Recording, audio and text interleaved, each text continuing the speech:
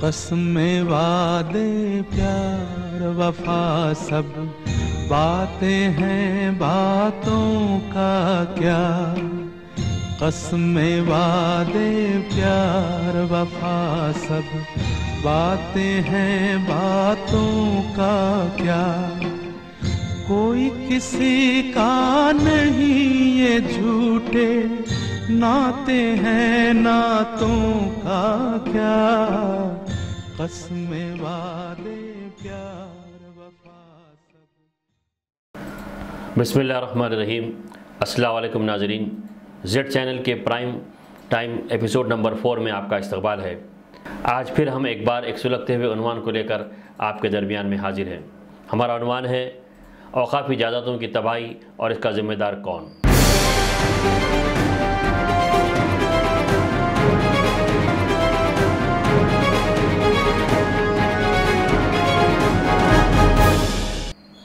یقیناً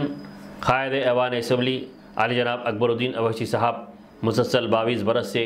ایوان اسمبلی میں کامیاب نمائندگی کر رہے ہیں، اور ہر بار وہ اوقافی جائیدادوں کے تحفظ کے لیے آواز اٹھاتے رہے، چاہے وہ متحدہ آندھرا پردیش میں اوقافی جائیدادوں کی تباہی ہو یا علیحدہ تلنگانہ میں اوقافی جائیدادوں کی تباہی ہو۔ انہوں نے ہر بار حکومت سے نمائندگی کرتے ہوئے اس کو یاد دہانی کی ہے کہ اوقافی جائیدادوں پر قبضے ہو رہے ہیں اور تباہی مچائی جا رہی ہے۔ اوقافی جائیدادیں وقف شدہ ہوتی ہیں جو اللہ کی راہ میں وقف کیے جاتی ہیں، چاہے وہ بادشاہوں کی جانب سے ہو یا نوابوں کی جانب سے ہو یا عمرہ کی جانب سے ہو، اپنی جائیدادیں وقف کرتے ہیں مساجد کے لیے، درگاہوں کے لیے، دینی مدارس کے لیے، یتیم خانوں کے لیے اور بے سہارا لوگوں کے قیام کے لیے۔ لیکن آج افسوس کہ ان پر لینڈ گرابرز، ریئل اسٹیٹ ڈیولپرز اور بلڈرز آج ان پر قبضے کر رہے ہیں۔ اوقافی جائیدادیں جملہ 77,000 ایکڑ کی ہے اور ان میں سے 54,000 ایکڑ زمین پر قبضہ ہو چکا ہے، اور اس قبضوں کا سلسلہ آج بھی جاری ہے، جہاں پر زیادہ تر قبضے میدک کے اندر 99% اوقافی جائیداد پر قبضہ ہو چکا ہے، عادل آباد میں 91% جائیداد پر قبضہ ہو چکا ہے، رنگا ریڈی میں 62% اوقافی جائیدادوں پر قبضہ ہو چکا ہے، اور حیدرآباد میں قریب 48% اوقافی جائیدادوں پر قبضہ ہو چکا ہے، اور ان جائیدادوں پر قبضہ کا سلسلہ مسلسل جاری ہے۔ اوقافی جائیدادوں کی تباہی اور اس پر قبضوں پر وقف بورڈ اور حکومت کی خاموشی ایک معنی خیز رکھتی ہے اور سوالیہ نشان رکھتی ہے۔ یقیناً اکبر الدین اویسی صاحب نے ایوان اسمبلی میں مسلسل ان لوگوں اور ان کمپنیوں کی ان لوگوں کے نام پیش کیے ہیں جو وقف جائیدادوں پر قبضہ کیے ہوئے ہیں، چاہے وہ بابا شرف الدین صاحب قبلہ رحمۃ اللہ علیہ پہاڑ شریف کی درگاہ کے تحت ہونے والی اوقافی جائیدادیں ہوں، یا درگاہ حسین شاہ ولی صاحب قبلہ رحمۃ اللہ علیہ کی جائیداد ہو، یا میر مومن چپ رحمۃ اللہ علیہ کی درگاہ کی جائیداد ہو، یا میر محمود صاحب پہاڑی کی تحت آنے والی اوقافی جائیداد ہو، یا فقیر ملا صاحب کی درگاہ کی جائیداد ہو، یا درگاہ اسحاق مدنی صاحب رحمۃ اللہ علیہ کی جائیداد ہو، یا بڑے پہاڑ کی درگاہ نظام آباد کے تحت آنے والی اوقافی جائیدادیں ہوں، یا عیدگاہ گڈالہ بیگم پیٹ کی جائیداد ہو، یا آشیانہ وقف کٹل منڈی کی جائیداد ہو، یا مولا علی کوہ مولا علی کے تحت آنے والے وقف جائیدادیں ہوں، یا شیخ پیٹ کی اطراف و اکناف کے تمام درگاہوں کے تحت آنے والی جائیدادیں ہوں، یا اس کے علاوہ یہ ان تمام درگاہوں اور بزرگان دین کی بارگاہوں کے تحت وقف شدہ جائیدادیں ہوں جن پر مسلسل قبضے ہو رہے ہیں، چاہے وہ حکومت کی جانب سے ہو یا ریئل اسٹیٹ ڈیولپرز، بلڈرز اور لینڈ گرابرز کی جانب سے ہو، اس کے خلاف حکومت کو نمائندگی کی جا رہی ہے، کی جاتی رہی ہے اور بار بار توجہ دلائی جا رہی ہے۔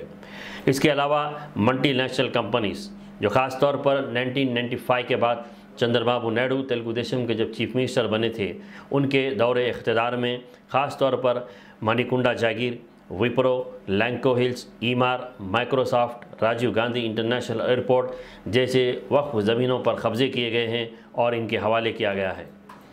ہر وقت حکومت کو نمائندگی دی جاتی رہی، نمائندگی کی جاتی رہی، لیکن اس پر کوئی عمل آوری نہیں ہوئی اور قبضوں کا سلسلہ جاری رہا، چاہے وہ اقلیتی بہبود کے وزیر محمد علی شبیر کانگریس پارٹی کے ہو، یا محمد فرید الدین اقلیتی وزیر کانگریس پارٹی کے ہو، یا احمد اللہ کانگریس پارٹی کے وزیر رہے ہوں اقلیتی بہبود کے۔ ان لوگوں نے کبھی سنجیدگی سے وقف جائیداد کے تحفظ کے لیے کچھ کام نہیں کیا۔